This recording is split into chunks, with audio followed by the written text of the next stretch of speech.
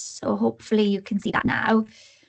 If we think about collaboration, and that was something that was spoken about quite a lot in our expert session today, parental and carer involvement is absolutely essential in terms of everybody understanding the role that they play in supporting the child or young person, but also that element of transparency as well. So having those opportunities where everybody can be together to discuss, key goals, key aspirations, and then the steps that we need to take then in order to support the children in developing those goals and reaching those goals. But also if there are barriers that we've noticed that are potentially in the way of a goal or an aspiration, we can work together then to really knock those barriers or minimize those barriers to make sure that the child has really enriching or young person has really enriching learning opportunities and support in place as well. If we think about agreement with all stakeholders, so for me, I think about the IDP process and the IDP, the meeting, that person-centered practice meeting to develop the IDP even further, having everybody together to champion the child and young person, but also understanding the role that we all play as well, and having that transparency and shared responsibility. If we know who is in charge of what provision, if we know who is in charge of certain deadlines or, supporting another person, then there's transparency along the way, and we can have those check-ins with each other. Then we can have those really enriching conversations and challenge each other as well, in a positive way. And then clear identification of responsibilities means that everybody understands the role that they play. So that collaborative element of inclusivity is almost like a core pillar in terms of holding inclusivity up. As practitioners, we don't know the answers all of the time, and we're not meant to. So we can really discuss with families, with other professionals, and the wider education system as well in terms of supporting us. So if we can build that culture in our settings of asking for help and asking for support, and having a culture where it's okay to question things and, have those challenging conversations around, what does inclusivity look like to us, and how are we ensuring that collaboration and effective collaboration at that is taking place.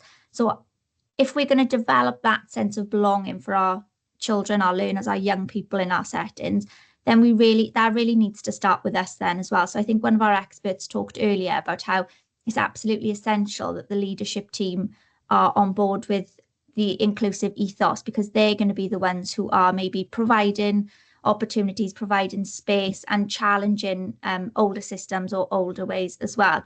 So we need to have that in place so that we have a culture in our settings that, we can test things out, we can be risk takers in terms of trying things out, and that if things don't quite go to plan, or if something wasn't as effective as what we thought it was going to be, that's okay, because then we'll just come back together and we'll think about what we could do better next time.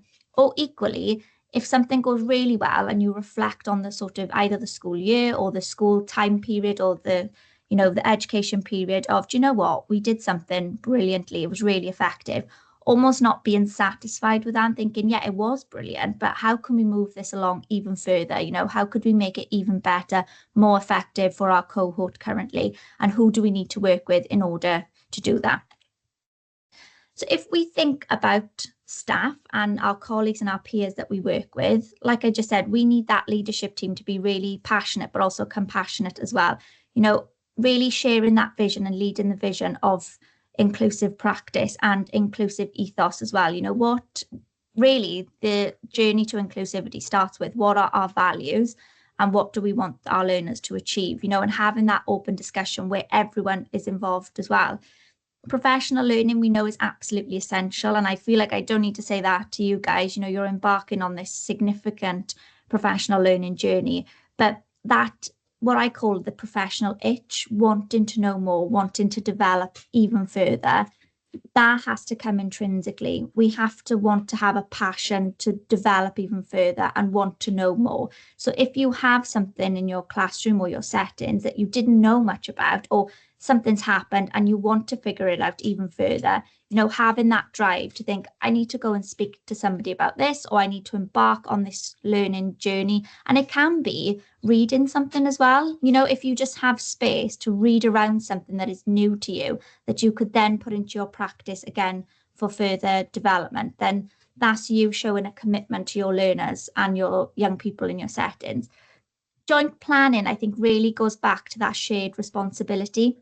So everybody understanding the roles that they play and everybody having a shared sense of this is the role that I'm going to play for the child and this is the area that I'm going to focus on. You're going to focus on this and let's work together in order to do this. But again, having those opportunities and that time and space to come together and really map that out. And really, those opportunities should happen consistently so that you have those times to review and plan even further. That coaching ethos, again, I think ties back to having a culture and a system where it's okay to ask questions and it's okay to ask for support because you know that there's going to be somebody there who can scaffold you with that and who can provide that advice for you.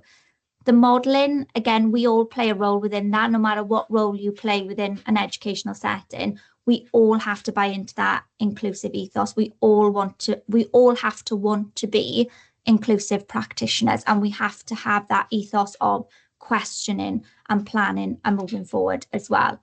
So really that collaborative element of inclusive practice is absolutely essential because we all have to be on the same pathway together and want to have that commitment of never being satisfied and wanting to develop further. And I think accepting that our inclusive practice is going to look different year on year, month on month, depending on who we're working with at any one time, because we want to be responsive.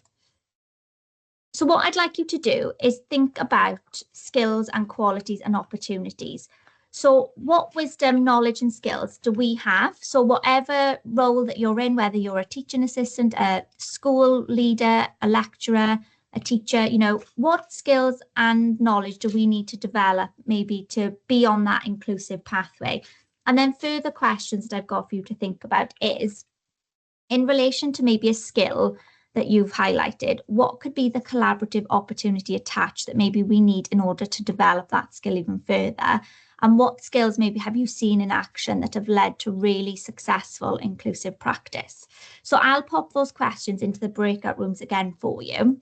So I'm just going to stop sharing and I'm going to stop recording. And then you should